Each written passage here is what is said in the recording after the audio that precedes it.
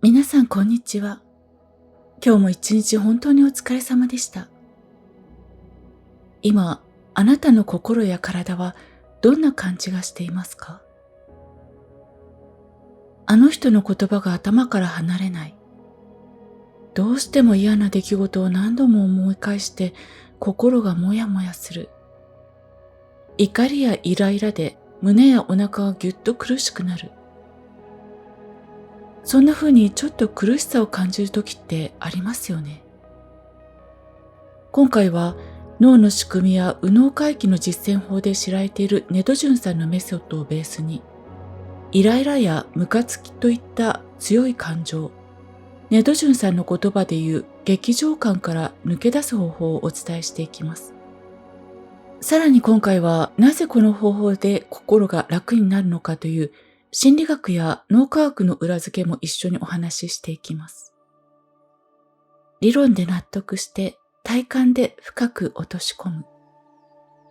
リラックスしてご自身の体に意識を向けながらお聞きください。意識を戻していく。私たちが激情感に襲われるとき、それは大抵自分にとって望まない出来事が起きたときですよね。病気で休んだ同僚の代わりに大変な残業をしたのに、その同僚が遊園地で遊んでいる写真を SNS で偶然見てしまった。なんて時。まさに怒りがぐわっとこみ上げる瞬間です。でも、人生において嫌な出来事をゼロにすることはできません。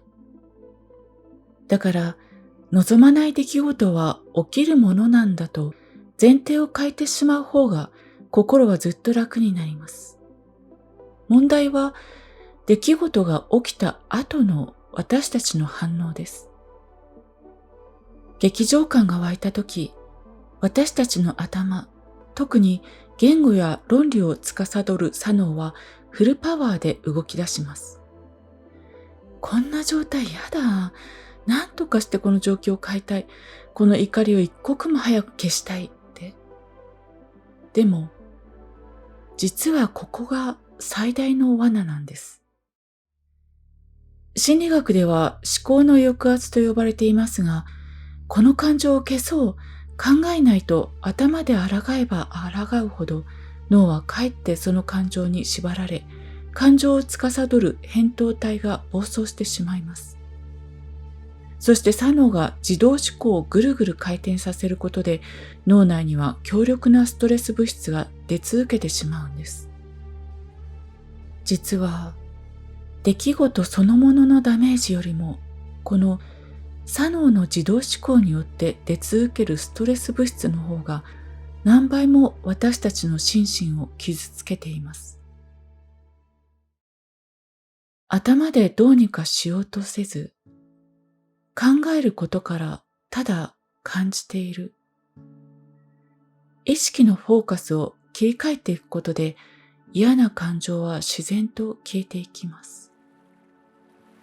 科学的にも感情は波のようなものだと考えられています。無理に打ち消そうとせず、ただ客観的に観察してやり過ごすことができれば、脳の興奮は数分から数十分で自然と静まっていきます。ではどうすればその感情の波を思考に巻き込まれずにやり過ごすことができるのでしょうか。ここからは身体感覚に意識を切り替える実践ワークに入っていきましょう。どうやって意識を体へ向けるのか、激情感を消していくのか。ネドシュンさんが提唱されているシリコンハグのワークを一緒にやってみましょう。まずはふーっと息を吐き出し、肩の力をふーっと緩めます。吸って、吐いて、力をふーっと緩める、緩める、緩める。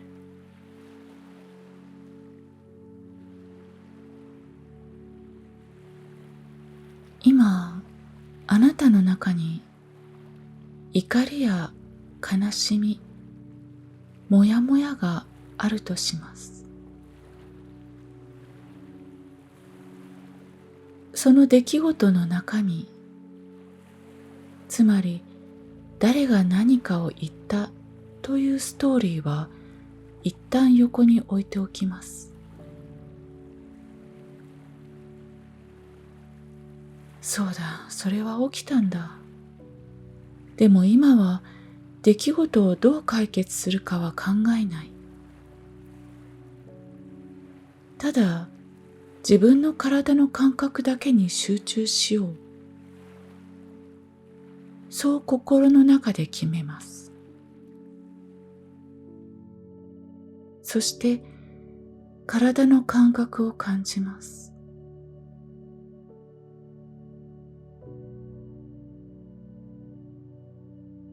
今あなたの体はどんな反応をしていますか？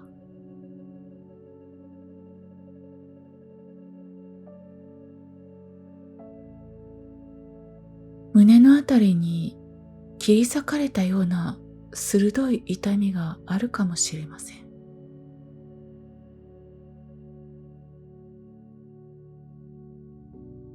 お腹の奥で黒いマグマのような怒りがふつふつと湧いているかもしれません。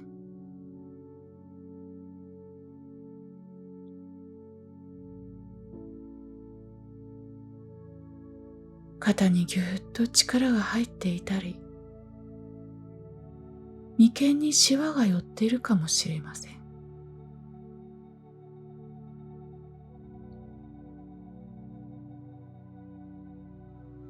何かがあっても、それを無理に消そうとしなくて大丈夫です。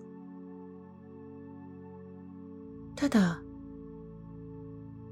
ここに怒りがあるな、痛みがあるな、悲しみがあるな、ありのまま気づいています。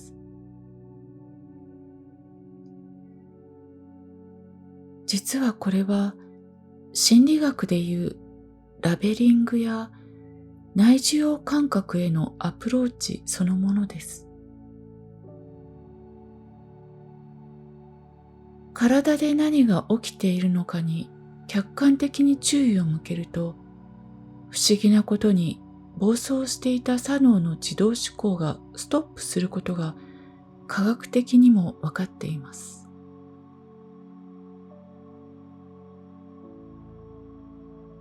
ここからイメージを使っていきます。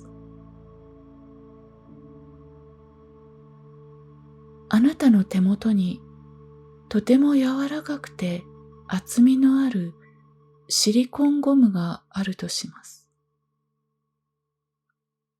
厚みがあって柔らかなバンドエイドのような質感です。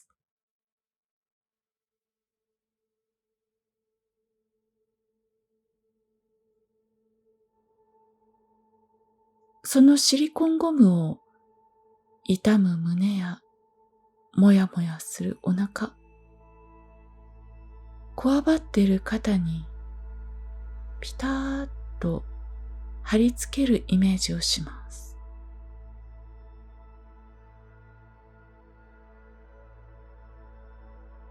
嫌な感情を優しく覆うようにピターッと貼っていきます。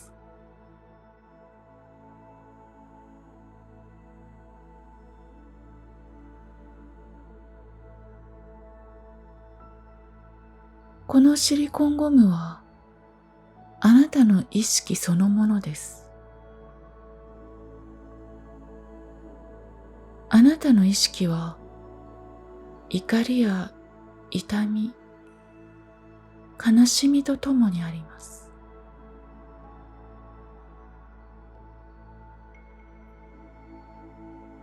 そしてその部分に向かって心の中で優しく声をかけていきます。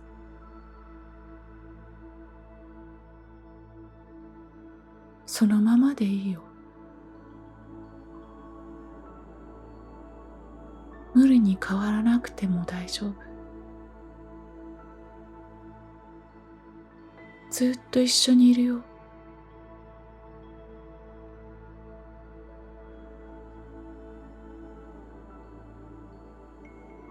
温かく抱きしめるような感覚で、その怒りや痛みとただ一緒にいます。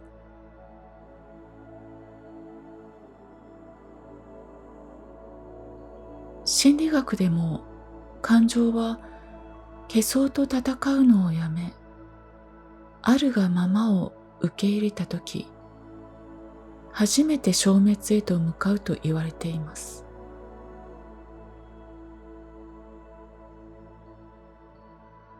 シリコンハグで寄り添っていると、荒れ狂っていた劇場感はだんだんと落ち着き、あなたの中の無意識によって温かく優しいエネルギーへと変わっていくのです。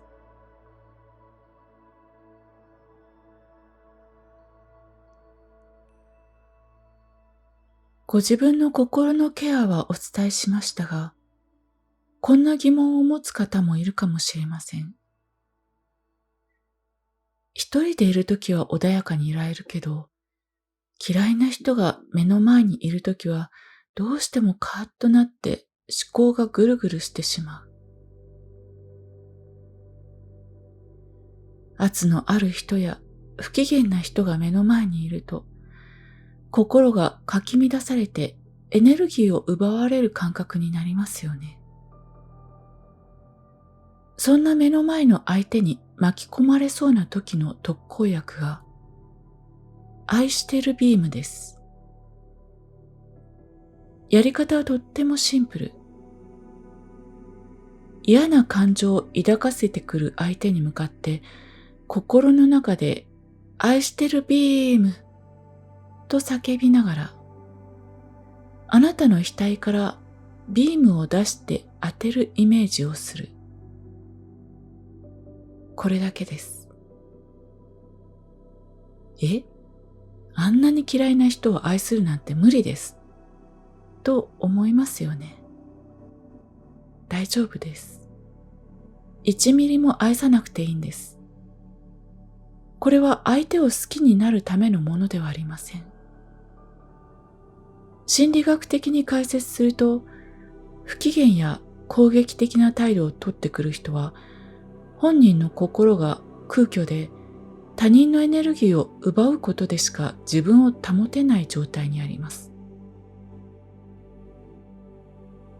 だからこちらから、ほらほら、愛のエネルギーを送り込んでやるぞ。持っていけって100倍くらいの愛してるビームをドバドバ与えてあげるイメージをするんです。これには2つの心理的メリットがあります。1つ目は感情の脱フュージョン、切り離しです。愛してるビームというシュールなイメージを挟むことで、相手への怒りや自動思考から一瞬で意識が離れ、面白がっている客観的な自分を取り戻せます。2つ目は相手の無力化です。エネルギーを奪う目的で攻撃してきた相手は、奪うどころか圧倒的な愛のエネルギーを注ぎ込まれることで調子を狂わされ、攻撃する理由を失って意気消沈していきます。愛することを自分に強要する必要はありません。ただの意識の切り離しアクションとして、心の中でビームを放ってみてください。いかがでしたでしょうか？今日のおさらいです。劇場感に襲われたとき、思考で何とか事態を解決するのをやめて、身体感覚に意識を向け、ただ今の感情に寄り添っている。嫌な相手には無理に歩み寄らず、心の中で愛してるビームを放って意識をカットアウトする。ネドジュンさんの教えにもあるように、思考のループを止めて体の感覚に帰ってくることは、科学的にも脳を休ませ、本来の穏やかな自分に戻るための最も理にかなったアプローチです。外側の世界や他人はコントロールできません。けれど、あなたの内側の世界はいつだってあなたが優しく包んであげることができます。今夜はどうぞご自身の体を温かいシリコンゴムでハグするようにゆっくりとお休みください。あなたの心が優しく穏やかなエネルギーで満たされますように。最後までお聞きいただきありがとうございました。